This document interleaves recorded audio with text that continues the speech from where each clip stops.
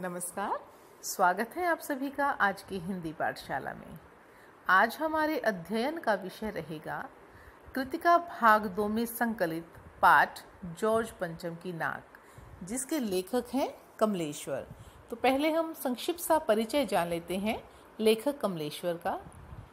लेखक जो कमलेश्वर हैं उनका जन्म सन 1932 में मैनपुरी उत्तर प्रदेश में हुआ था। इलाहाबाद विश्वविद्यालय से उन्होंने एमए किया।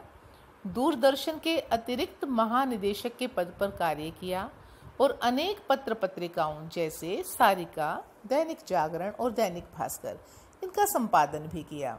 साहित्य अकादमी पुरस्कार से भी इन्हें पुरस्कृत किया गया और भारत सरकार ने पद्म भूषण से भी इन्हें सम्मानित किया। 27 जनवरी 2007 को दिल का दौरा पड़ने से उनका निधन हो गया। अब बात करते हैं इनकी कुछ रचनाओं की। ये नई कहानी के लेखक रहे हैं। इनके जो कहानी संग्रह हैं उनके नाम हैं राजा निर्बंसिया, खोई हुई दिशाएं, 16 छतों वाला घर, जिंदा मुर्दे। कुछ इन्होंने उपन्यास भी लिखे जैसे वही बात, आगामी अतीत, डाक बंगला, काली आंधी और कितने उपन्यास, कितने पाकिस्तान। उन्होंने आत्मकथा, यात्रा वृत्तांत और संस्मरण भी लिखे हैं। कमलेश्वर ने अनेक हिंदी फिल्मों व टीवी धारावाहिकों की पटकथाएं भी लिखी हैं। इनकी रचनाओं में तेजी से बदलते समाज का बहुत ही मार्मिक और संवेदनशील चित्रण है। आज की महानगरीय सभ्यता में मनुष्य के अकेले हो जाने की व्यथा को उन्होंने बखूबी समझा और व्यक्त किया है कि महानगरों में जो लोग रहते हैं, जो आस पड़ोस से कटकर जीवन बिताते हैं, अपने तक सीमित हैं, कारण चाहे जो भी रहा हो, पर उनके मन में जो व्यथा रहती है उसको ये समझते भी हैं और अपने लेखन में उसे दर्शाया भी है। तो चलिए अब पाठ का अध्ययन शुरू करते हैं। जॉर्ज पंचम की नाक। यह बात उस समय की है जब इंग्लैंड की रानी एलिजाबेथ द्वितीय मैं अपने पति के हिंदुस्तान पधारने वाली थी। अखबारों में उनकी चर्चा हो रही थी। रोज़ लंदन के अखबारों से खबरें आ रही थीं कि शाही दौरे के लिए कैसी कैसी तैयारियां हो रही हैं, कि कोई किसी भी राष्ट्र का अध्यक्ष, उपाध्यक्ष, बड़ी बड़ी हस्तियां कहीं बाहर जाती हैं भ्रमण पर, तो उनके जाने की विशेष तैयारियां होती हैं, बहुत हलचल होती है और छोटी छोटी बातें भी उनके बारे में बहुत बड़ी खबरें बन जाती हैं और अखबारों में वे प्रस्तुत की जाती हैं। तो ऐसे ही उनकी खबरें छप रही थी। रानी एलिजाबेथ का दर्जी परेशान था। उसकी दर्जी की परेशानी का कारण क्या था कि हिंदुस्तान, पाकिस्तान और नेपाल, इन 3 देशों का महारानी ने जो है दौरा करना था कि इन देशों के दौरे पर रानी कब और क्या पहनेंगी। उनका सेक्रेटरी और शायद जासूस भी उनके पहले ही इस महाद्वीप का तूफानी दौरा करने वाला था। अब 2 प्रश्न बन जाते हैं यहीं तक कि दर्जी की परेशानी का कारण क्या था, क्योंकि दर्जी जो है उनका कर्मचारी है, उनके लिए काम करता है।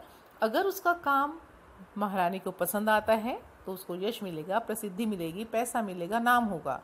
और अगर उसका काम पसंद नहीं आता है तो उसकी नौकरी भी जा सकती है, उसे दंड भी मिल सकता है, कुछ भी हो सकता है। तो उसकी परेशानी यही है कि जिन जिन देशों के दौरे पर महारानी जाएंगी तो उनकी वेशभूषा ऐसी हो कि जो सबको प्रभावित करे, उसका खूब नाम हो, उसे प्रशंसा मिले। और जब भी कोई काम करता है वो प्रशंसा सभी को अच्छी लगती है अपने कार्य की। तो परेशान था कि ऐसा कैसे वेशभूषा तैयार करे कि वो उन देशों के वातावरण के अनुकूल भी हो। इंग्लैंड है जो वहाँ का मौसम कुछ अलग रहता है, भारत है यहाँ का कुछ अलग रहता है। तो वो बहुत सारी बातें थी जो उसकी परेशानी से संबंधित थी। अब दूसरा प्रश्न अभी तक ये बनता है कि सेक्रेटरी जो है उनका तूफानी दौरा क्यों करने वाला था उनके आने से पहले। ऐसा होता है कि जब भी कोई बड़ी हस्ती कहीं जाती है तो उसकी सुरक्षा के इंतज़ाम दूसरे देशों में जाकर पहले देखे जाते हैं कि सुरक्षा के अगर पुख्ता इंतज़ाम है तभी कोई व्यक्ति उस देश में जाता है दौरा करने के लिए। तो उनका सेक्रेटरी और जासूस भी कह सकते हैं कि वह जासूसी कर ले और निश्चित कर ले कि सुरक्षा में कोई खामी नहीं है, तभी वह व्यक्ति वहाँ पर आएगा। आखिर कोई मजाक तो था नहीं। ज़माना चूँकि नया था, फौज फाटे के साथ निकलने के दिन बीत चुके थे, इसलिए फोटोग्राफरों की फौज तैयार हो रही थी कि जब राजा महाराजा कभी हुआ करते थे तो सेना उनके साथ चलती थी। लेकिन अब वो समय नहीं है, तो फौज फाटे तो साथ नहीं है, तो अब क्या है, अब मीडिया साथ चलती है, फोटोग्राफर्स होते हैं, तो मीडिया के लोग होते हैं।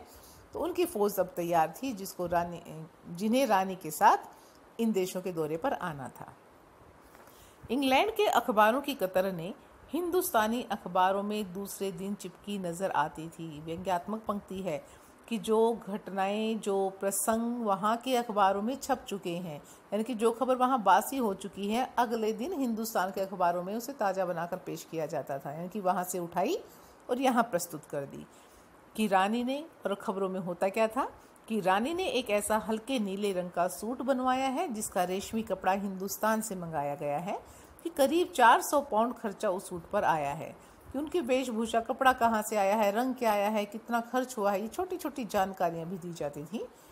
तो इससे एक प्रश्न बाद में यह भी उठाया जाएगा कि जो पत्रकारिता का रूप है कि किसी भी व्यक्ति, चाहे वो कितना भी महान है, अगर उसकी छोटी छोटी बातें अगर बताई जाती हैं कि कितना महंगा पहना है, किस रंग का है, कहाँ से कपड़ा आया, इस तरह की बातें, क्या वह उचित है या नहीं, हम इस पर विचार करेंगे बाद में।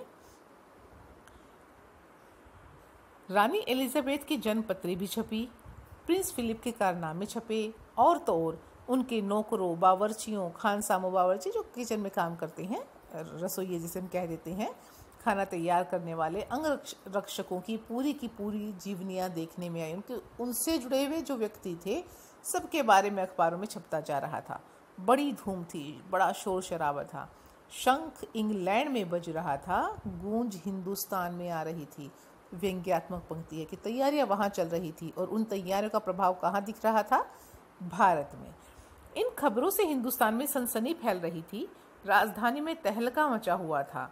जो रानी 5,000 रुपये का रेशमी सूट पहनकर, उस समय 5,000 की कीमत बहुत ज़्यादा होती थी, बहुत बड़ी रकम मानी जाती थी, पालम के हवाई अड्डे पर दिल्ली उतरेंगी, उसके लिए तो कुछ होना ही चाहिए, कुछ क्या, बहुत कुछ होना चाहिए, जिसके बावर्ची पहले महायुद्ध में जान हथेली पर लेकर लड़ चुके हैं, कि बावर्ची भी युद्ध कला में निपुण थे, उसकी शान और शौकत के क्या कहने। और वही रानी दिल्ली आ रही है।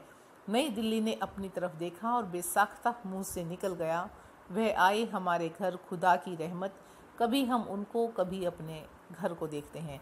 इस पंक्ति से क्या संकेत है कि जो हम भारतीयों की मानसिकता बनी हुई है, हम उनको आज भी श्रेष्ठ मानते हैं, कि हम छोटे से देश के, हम विकसित देश के नहीं, विकासशील देश के वासी, और इतने बड़े देश की महारानी जिसने हम पर राज किया था, हमारे घर आ रही हैं, हमारे राष्ट्र आ रही हैं, तो ये तो बहुत बड़ी बात है। तो उनके स्वागत के लिए तो न जाने हमें क्या क्या कर देना चाहिए।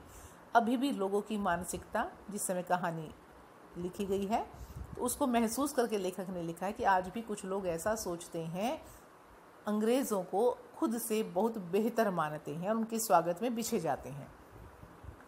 और देखते ही देखते नई दिल्ली का काया पलट होने लगा कि भाई रानी एलिजाबेथ आ रही हैं, तो दिल्ली खूबसूरत दिखनी चाहिए।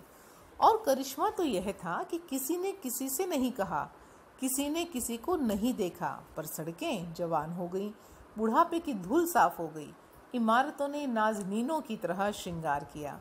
अब इस पंक्ति में भी व्यंग्य यह है, जो सरकारी तंत्र की जो कार्य प्रणाली है उस पर व्यंग्य है, कि सरकारी तंत्र में प्रायः क्या होता है कि एक का काम दूसरे पर लाद दिया जाता है, छोड़ दिया जाता है, करते हैं नहीं करते हैं, सिर्फ फॉर्मेलिटीज़, औपचारिकताएं कर देते हैं, कहने के बाद भी कार्य नहीं होता है। लेकिन इस बार क्या था कि किसी ने किसी से कहा भी नहीं और किसी ने किसी को नहीं देखा कि कौन काम कर रहा है कौन नहीं, और काम होता चला गया। सड़कें जवान हो गई, अर्थात सड़कों की मरम्मत कर दी गई, बुढ़ापे की धूल साफ होना अर्थात साफ सफाई सब हो गई, इमारतों को फिर से रंग रोगन करके सुंदर बना दिया गया। नाजरीन होता कोमलांगी, जैसे कोई स्त्री है अपने आप को सुंदर बनाकर पेश करती है, सज धज कर रहती है, वैसे ही इमारतों को भी सजा दिया गया। लेकिन एक बड़ी मुश्किल पेश थी, वह थी जॉर्ज पंचम की नाक, जो मुख्य घटना है जिस पर ये पूरा पाठ आधारित है। शुरुआत होती है उस बात की कि जो मुश्किल जो उन लोगों के सामने आई, दिल्ली वालों के, वह थी जॉर्ज पंचम की नाक।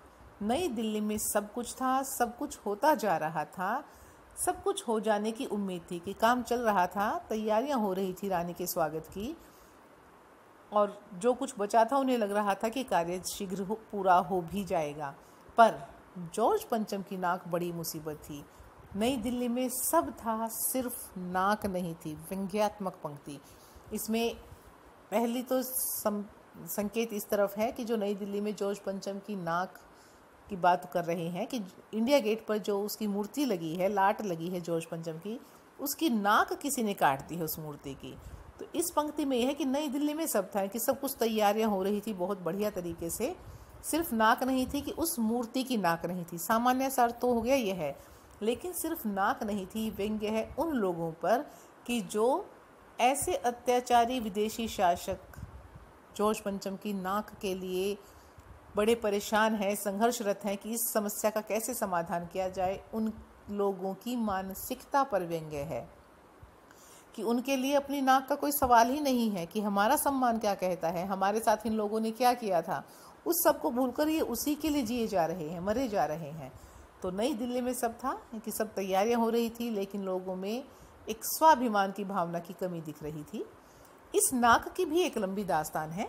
इस नाक के लिए बड़े तहलके मचे थे, किसी वक्त आंदोलन हुए थे, राजनीतिक पार्टियों ने प्रस्ताव पास किए थे, चंदा जमा किया था, कुछ नेताओं ने भाषण भी दिए थे, गर्मा गर्म बहसें भी हुई थीं, अखबारों के पन्ने रंग गए थे। बहस इस बात पर थी, किस बात पर ये सब कुछ हो रहा था, कि जॉर्ज पंचम की नाक रहने दी जाए या हटा दी जाए। और जैसा कि हर राजनीतिक आंदोलन में होता है, कुछ पक्ष में थे और कुछ विपक्ष में, और ज़्यादातर लोग खामोश थे। खामोश रहने वाले लोगों की ताकत जो है दोनों तरफ थी। इन पंक्तियों को समझिए कि जो जॉर्ज पंचम की नाक, जो संकेत है, सिर्फ प्रतीक है कि एक लाट है और उसकी नाक काट दी गई है। उस नाक के कटने से पहले ही बहस हुई है कि इस नाक को रखा जाए या ना रखा जाए। बात सिर्फ मूर्ति की नहीं है, बात है कि जो अंग्रेज़ों के प्रति सम्मान मन में है वह होना चाहिए कि नहीं। जगह जगह जो अंग्रेज़ों की लाट लगा दी गई है भारत में, वो रहनी चाहिए या नहीं, क्योंकि उन्होंने हम पर अत्याचार किया है, हमारे अधिकार छीने हैं, शोषण किया है, हमारे देश पर हुकूमत की है। तो कुछ लोग, खूब सबने बहस भी की, तो कुछ इसके पक्ष में थे कि नहीं हटा दिया जाना चाहिए, नहीं होने चाहिए। कुछ कहते थे कि नहीं रह जाएं तो हमें क्या फ़र्क पड़ता है, और कुछ लोग खामोश रहते थे, किसी भी तरफ नहीं बोलते थे। तो ये पंक्ति बहुत इम्पोर्टेंट है, महत्वपूर्ण है कि कुछ पक्ष में थे, कुछ विपक्ष में थे, कि जिस बात पर चर्चा थी कोई उसके फेवर में बोल रहा था, कोई अपोज में बोल रहा था, और ज़्यादातर लोग खामोश थे। और क्या होता है, जो खामोश होते हैं उनको जो है पक्ष वाले अपने में मिला लेते हैं कि ये हमारी तरफ है, विपक्ष वाले अपने में मिला लेते हैं कि ये इस चर्चा के विपक्ष में है। तो खामोश रहने वालों की ताकत दोनों तरफ थी, दोनों उनकी संख्या को अपने में ही शामिल मान रहे थे। यह आंदोलन चल रहा था।